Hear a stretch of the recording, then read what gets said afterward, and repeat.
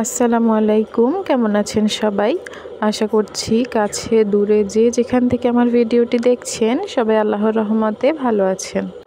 আমরাও ভালো আছি আলহামদুলিল্লাহ।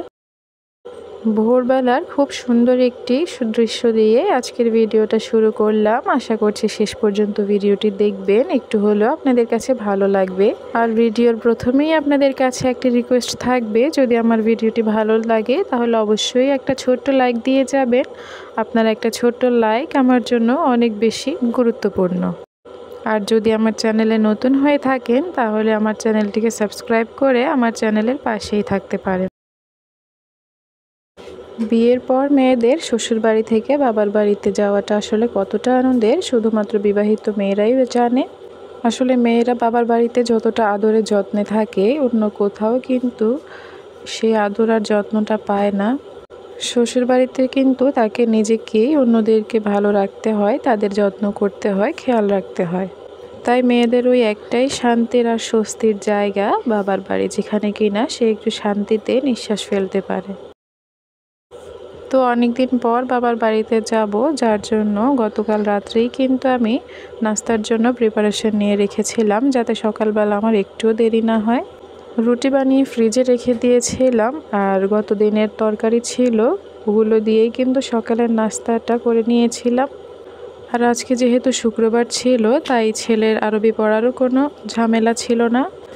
আমি কিন্তু এসেই আগে ভাতটা বসিয়ে দিয়েছি, ফ্রিজ থেকে রুটিগুলো নামিয়ে রেখেছি।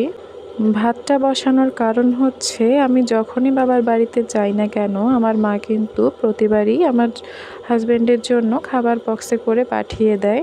কিন্তু তারপরও কেন জানি না, আমি যতবারই যাই আমি আসলে রান্না করে রেখে না গেলে আমার কাছে একটু শান্তি লাগে না। আমার সবসময় একটা টেনশন থাকে, যেহেতু আপনাদের ভাইয়া বাহিরে থাকে, কাজকর্মে থাকে, তো তার খাওয়া দাওয়ার ব্যাপারে আসলে আমার খুবই সচেতন থাকতে হয়। আমার শ্বশুর বাড়ি থেকে কিন্তু আমার বাবার বাড়ির দূরত্বটা অতটা বেশি না, তো আমার মা কিন্তু আমার ছোট ভাইয়ের হাত দিয়ে আমার হাজব্যান্ডের জন্য খাবার পাঠিয়ে দেয়। কিন্তু তারপরও আমি একটু রান্না করে রেখে যেতেই হয়, কেননা আমি জানি না কেন আমার মনে থেকে আমি শান্তি পাই না। আমি জানি না আপনারা আমাকে কি ভাবতে পারেন, যেখানে মেয়েরা কিনা বাবার বাড়িতে এক রাত থাকার জন্য অনেক বেশি পাগল হয়, সেখানে কিন্তু আমি আমার বাবার বাড়িতে গেলে একটা রাতও থাকি না। যেহেতু অনেকটা কাছাকাছি তাই আমি কিন্তু যাওয়া আসা করতে পারি খুব সহজেই, আর আমার কিন্তু রাত্রে ততটা থাকা হয় না। আমার হাজব্যান্ডের দিক থেকে কিন্তু কোনো বাধা নেই থাকার জন্য, আর আমার মা বাবাও কিন্তু আমাকে অনেক অনেক রিকোয়েস্ট করে থাকার জন্য, কিন্তু আমি আসলে থাকি না। আমি কেন জানি না ওখানে গেলে শান্তিতে থাকতেই পারি না।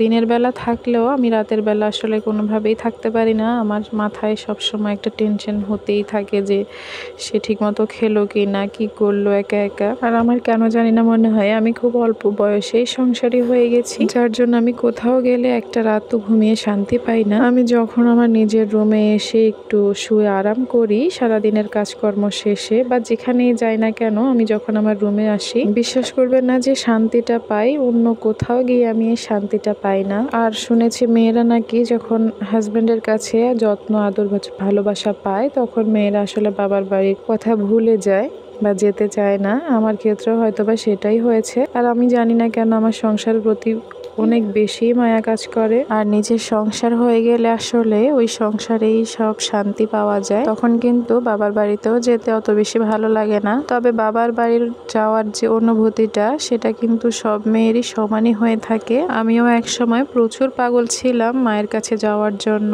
কিন্তু নিজের সংসার হওয়ার পর থেকেই কেন জানি না আসলে মনের অনেকটাই পরিবর্তন হয়ে গিয়েছে। আমি যাই কিংবা না যাই, আমার ছেলে কিন্তু সপ্তাহে একবার হলেও যাওয়া পড়ে, কারণ সে তার নানা নানুর জন্য ভীষণ পাগল। আর একবার গেলে সে কিছুতেই আসতে চায় না। আসার সময় কিন্তু খুবই কান্নাকাটি করে। এক সময় কিন্তু আমিও নানুর বাড়িতে থাকার জন্য অনেক বেশি কান্নাকাটি করতাম, আর মায়ের হাতে অনেক মারও খেয়েছিলাম এমন পাগলামি করার জন্য। আর এখন আমার বাচ্চাকে দিয়েও আমি মায়ের মতো অনুভূতিটাই পাচ্ছি।